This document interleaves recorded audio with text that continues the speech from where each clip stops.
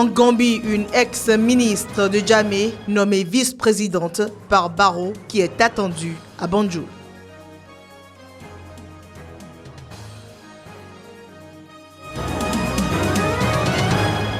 Grâce présidentielle au Burundi, à terme, 2500 prisonniers seront libérés.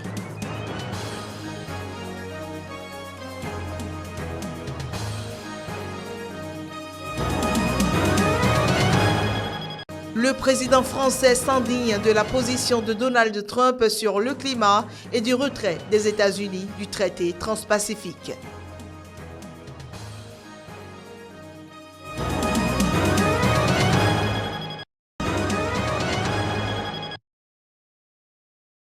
Les présidents américains Donald Trump et égyptien Abdel Fattah al-Sisi se sont entretenus lundi à la Maison-Blanche. Principal sujet au cœur des échanges, l'assistance militaire des États-Unis à l'Égypte. Une assistance qui avait été suspendue un moment par l'ancien président Barack Obama, mais que Donald Trump s'est engagé à poursuivre. Le président Trump a souligné que les États-Unis restent fortement attachés aux relations bilatérales qui aident les deux pays de la région depuis des années. Le président s'est engagé à poursuivre l'assistance militaire à l'Égypte et à travailler avec l'Égypte pour s'assurer que cette assistance soutienne bien le combat militaire contre le terrorisme. De quoi booster à nouveau les relations entre les États-Unis et l'Égypte, lesquelles relations avaient été suspendues à cause de la répression contre des partisans de l'ex-président égyptien Mohamed Morsi, avant d'être rétablies en mars 2015 avec une enveloppe de 1,3 milliard de dollars par an. En Gambie, une ex-ministre de Yaya Jammeh a été nommée vice-présidente par le nouveau président Adama Barrow. Militante des droits de l'homme, Fatoumata Jallow Tabajang a été ministre de la Santé durant la présidence de Yaya Jammeh. Elle est l'une des responsables de la coalition ayant soutenu la candidature d'Adama Barrow, élu au scrutin présidentiel du 1er décembre dernier. Fatoumata Jallow Tabajang succède à une autre femme, Issatoun Ndiaye Saidi, qui était vice-présidente depuis 1997.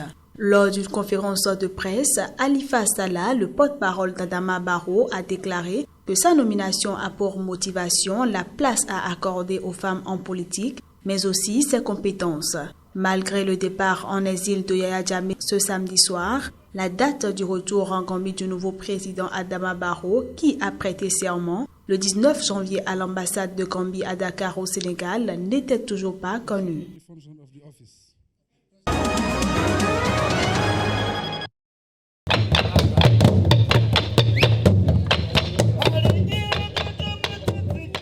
Grâce présidentielle au Burundi, le pays a entamé lundi la libération du quart de sa population carcérale. D'après le gouvernement, ces libérations visent à désengorger les prisons pour permettre à ceux qui y restent de vivre dans des conditions acceptables. En ce jour mémorable où nous allons procéder au lancement officiel de la mise en exécution de la mesure de grâce présidentielle prise par le président de la République. Une bande de personnes qui s'étaient organisées pour prendre le pouvoir sous la direction d'un certain Sidouhiji. D'autres jeunes qui ont été attrapés en train de commettre des actes de violence lors du mouvement insurrectionnel qui a commencé le 26 avril 2015. Lundi, un premier groupe de 300 prisonniers a été libéré de la prison centrale Mpimba à Bujumbura. À terme, 2500 prisonniers doivent être libérés par les autorités qui ont toujours nié détenir des prisonniers politiques. Je vais d'abord remercier le bon Dieu qui a inspiré le président de la République de faire cette libération des prisonniers. Remercions son Excellence le président du Burundi d'avoir pris la décision de libérer ces prisonniers. Je pense que si vous pouvez regarder dans le cœur de ces gens, ils sont heureux. Une opération qui n'est pas du goût de la société civile en exil. Cette frange de la population craint que le pouvoir ne cherche ainsi à faire de la place pour de nouveaux prisonniers politiques. De sources pénitentiaires, les prisons burundaises abritaient 10 051 prisonniers fin décembre 2016 contre environ 6 000 détenus avant avril 2015.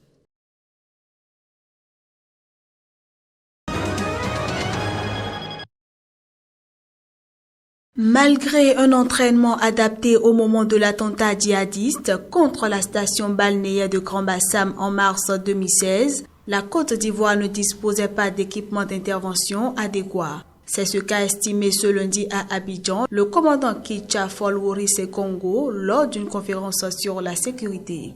On avait vraiment exprimé des besoins qui étaient en train d'être réalisés, mais au moment où l'attaque avait lieu, la totalité de ces moyens n'était pas encore arrivée. Donc on avait une insuffisance et une certaine inadéquation du matériel de protection et même d'observation qui, si c'était là, aurait peut-être facilité la tâche. Donc ça fait que les éléments d'assaut ont été particulièrement exposés aux balles et aux grenades défensives des terroristes. Pour mémoire, le dimanche 13 mars 2016, 3 assaillants avaient remonté la plage de Grand-Bassam, proche d'Abidjan et très prisé des Ivoiriens et des étrangers, tirant au hasard et attaquant plusieurs restaurants. Ils avaient tué 19 personnes, dont 4 Français. Revendiquée par Al-Qaïda au Maghreb islamique, cette attaque a été la première de ce type perpétrée sur le territoire ivoirien.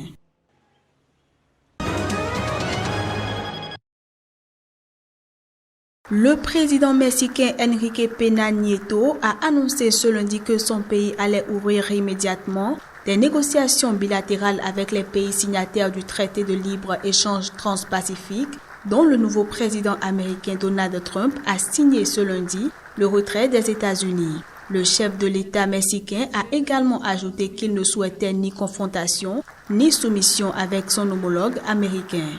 Nuestro único interés es el de México y el de los mexicanos. Notre seul intérêt, c'est celui du Mexique et des Mexicains. Le Mexique et les États-Unis vont négocier à titre d'État souverain. Nous le ferons de manière prudente, avec dignité, fermeté et confiance en nos forces. Y confianza en nuestras fortalezas. Pour aborder les thèmes de la sécurité, des migrations et du commerce, les ministres mexicains des Affaires étrangères et de l'économie doivent rencontrer leurs homologues américains mercredi et jeudi. Señor presidente, Monsieur le Président, dans les prochains jours, nous allons suivre vos instructions et entamer les discussions avec le nouveau gouvernement américain. Nous allons le faire en étant confiants de l'importance qu'a le Mexique pour cette nation. Nous allons aussi nous assurer que nous allons ensemble, avec des objectifs précis, arriver à de bons résultats. En ce qui le concerne, le président mexicain Enrique Peña Nieto se rendra le 31 janvier prochain à Washington pour rencontrer son homologue Donald Trump.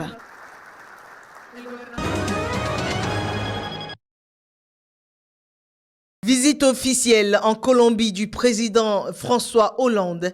Le retrait des États-Unis du traité de libre-échange transpacifique et la position de Donald Trump sur le climat ont suscité la réaction du chef de l'État français. Trump a maintes fois déclaré pendant la campagne présidentielle américaine qu'il retirerait son pays de l'accord de Paris sur le climat, confirmé par plus de 190 pays et dans lequel son prédécesseur Barack Obama a joué un rôle crucial.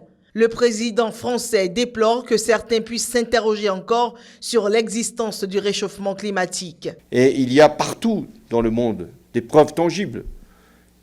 Et je ne comprends même pas que certains puissent s'interroger encore sur l'existence du réchauffement climatique. Sans doute sont-ils encore peu informés, mais j'imagine que des données scientifiques leur seront communiquées, le plus tôt sera le mieux. Et au moment où il y a des accords qui sont interrompus, où il y a des traités qui n'ont plus cours, parce qu'un pays s'en désengage, aujourd'hui même, je veux vous dire ici que l'Europe, la France, avec l'Alliance du Pacifique, nous aurons toutes les négociations commerciales pour que nous puissions développer nos échanges. Hollande a surtout plaidé pour rétrécir les relations commerciales entre l'Union européenne, la Colombie et l'Alliance Pacifique, dont la France est observatrice.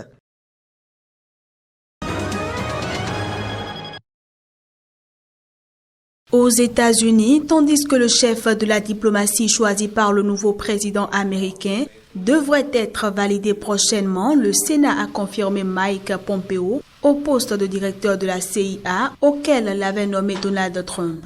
Élu républicain, âgé de 53 ans, le nouveau chef du service d'espionnage a été confirmé au Sénat par un vote à 66 voix pour et 32 contre, s'appuyant notamment sur un fort soutien des adversaires démocrates. You are stepping up to lead the finest intelligence gathering operation the world has ever seen. Vous prenez la tête du meilleur service de renseignement du monde. Les hommes et femmes sous votre commandement mettent leur vie en danger et souvent dans l'ombre. Ils ont l'admiration du président des États-Unis et la gratitude des Américains, et je sais qu'ils vont bénéficier grandement de la richesse, de l'expérience et de la force des caractères que vous allez apporter. Avec Mike Pompeo, seuls 2 ministres non controversés de Donald Trump avaient été confirmés à leur poste, avec l'appui de très nombreux démocrates. Il s'agit des anciens généraux James Mattis à la Défense et John Kelly à la Sécurité intérieure ce vendredi.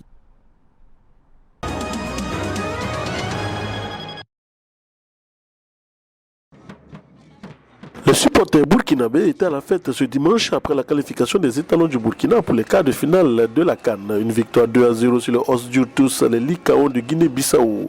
Préjus Nakoulma à la 10e minute ouvre le score avant que Bertrand Traoré ne scelle définitivement le sort des Bissau-Guinéens 2-0. Un succès qui qualifie le Burkina Faso pour les quarts de finale de la CAN avec à la clé la première place du groupe A devant le Cameroun. C'est quelque chose qui fait plaisir parce qu'on attendait ça depuis longtemps.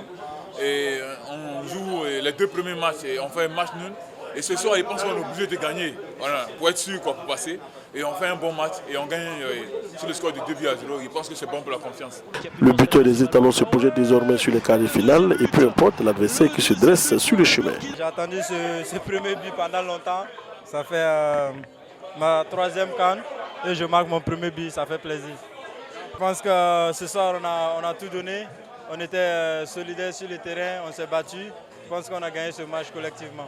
À l'issue donc de cette 3e journée de la poule A, le verdict est donc tombé. Le Burkina Faso, avec cette victoire, totalise 5 points plus 2 et devance le Cameroun 5 points plus 1, puisque les Lions indomptables ont été accrochés par le Gabon 0-0 lors de cette 3e journée. Les 2 équipes qualifiées pour les quarts de finale sont donc le Burkina Faso et le Cameroun, et ces quarts de finale débutent samedi prochain.